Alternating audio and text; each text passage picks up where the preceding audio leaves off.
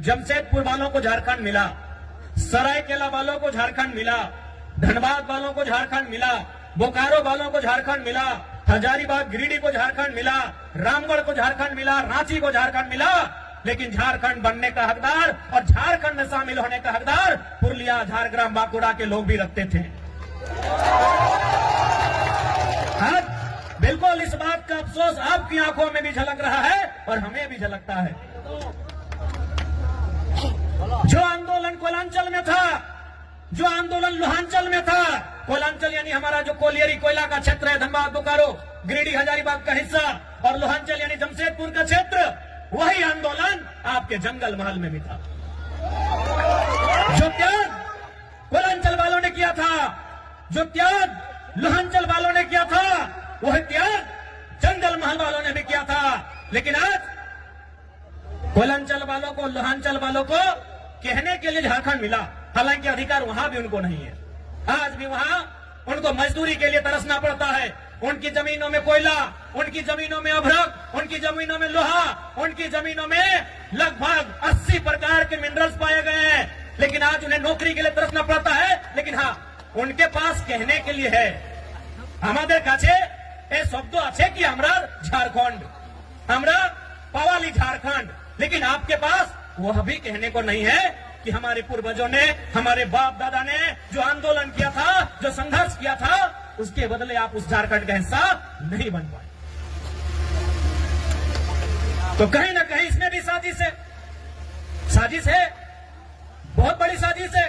तो इसलिए नई पीढ़ी को यह प्रण लेना होगा कि हमारे पूर्वजों ने आंदोलन को जहां लाकर छोड़ा है, वो विरासत जो हमें देकर गए हैं, उस विरासत को यहां से फिर से हमें लेकर जाना होगा। क्या आप तैयार हैं?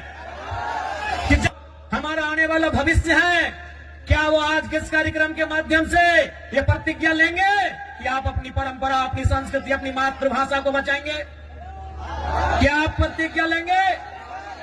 क्या आप अपने सामाजिक कार्यक्रमों को, अपने सामाजिक आंदोलन को आगे बढ़ाएंगे? क्या आप प्रतिज्ञा लेते हैं?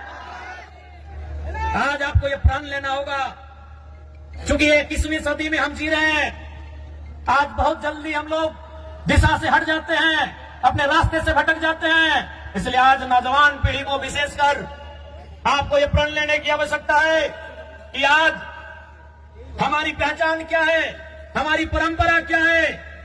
उस पहचान को, उस परंपरा को, उस भाषा, उस संस्कृति की विरासत को, उसे सुरक्षित रखना है। आज हमें यह प्रण लेना होगा। आपको याद करके बताइएगा कि आपने कौवा को भी देखा है।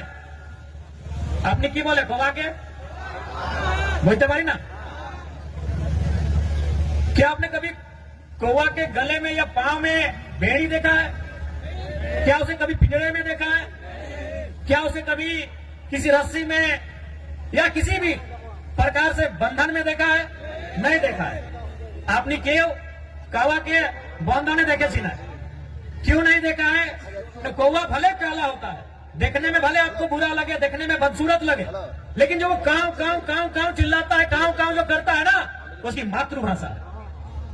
और जो मातृभाषा बोलते हैं, मातृभाषा यानी हमारी मातृभाषा, हमारी परंपरा, हमारी संस्कृति, जो मातृभाषा बोलते हैं, वो कभी गुलाम नहीं होते, उन्हें कभी कोई गुलाम नहीं बनाता।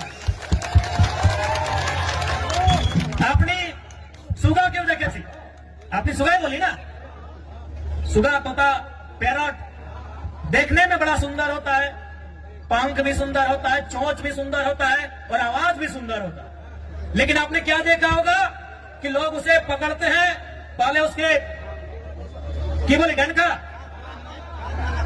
काना, सबसे पहले उसको तोड़ देते हैं। पांव में भी जरूरत पड़े तो वो तो उसका तोड़ देते हैं और उसको भर के कहां रखते हैं? लोहे के पिंजरे में। भले उसको खाने के लिए चना दे, मूंगफली दे, लेकिन उसको गुलाम बना के रखते हैं। रखता है कि नहीं?